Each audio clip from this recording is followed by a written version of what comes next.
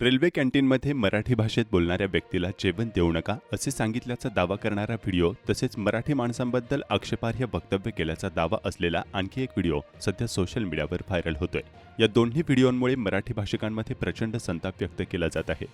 Viral झालेल्या पहिल्या व्हिडिओमध्ये मराठीत बोलणाऱ्या व्यक्तीला रेल्वे कॅन्टीनमध्ये जेवण देऊ नये असे संबंधित व्यक्ती परप्रांतीयांना सांगताना दिसत असल्याचा दावा केला जात आहे। या व्हिडिओमुळे सोशल मीडियावर संतप्त प्रतिक्रिया उमटत असून भाषेच्या आधारावर प्रवाशांशी भेदभाव केला जात असल्याचा आरोप केला जातोय। यानंतर संबंधित व्यक्तीचा आणखी एक व्हिडिओ सोशल मीडियावर प्रसारित होतो आहे। या कथित व्हिडिओमध्ये ती व्यक्ती मराठीत बोलताना दिसत असून मराठी समाजाबद्दल आक्षेपार्ह आणि वादग्रस्त वक्तव्य करत असल्याचा दावा केला जात आहे। त्यामुळे दोन्ही व्हिडिओ सोशल मीडियाच्या चर्चेचा विषय ठरले असून मराठी भाषिकांमध्ये तीव्र नाराजी व्यक्त होत आहे। मात्र दोन्ही व्हिडिओंची स्वतंत्र आणि अधिकृत पुष्टी अद्याप झालेली नाही।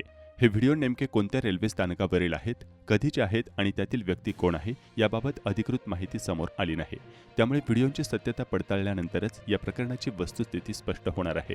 दरम्यान भाषेच्या आधारावर कोणत्याही प्रवाशाशी भेदभाव होऊ नये तसेच कोणत्याही भाषिक किंवा सामाजिक समूहाबद्दल आक्षेपार्ह वक्तव्य केली जाऊ नयेत अशी मागणी सोशल मीडियावर होते आहे। ये लोग मराठियों को क्यों नाश्ता पानी कराएंगे भाई?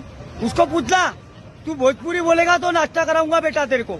हाँ, भोजपुरी बोल तो नाश्ता कर भैया के हाथ से, भोजपुरी बोल तो पानी पूरी खा भैया के हाथ से, और नहीं आती तो मत खा। क्या रेलवे में जितने भी हमारे उत्तर भारतीय जितने भी भैया लोग काम करते सावधान हो जाए मराठियों से।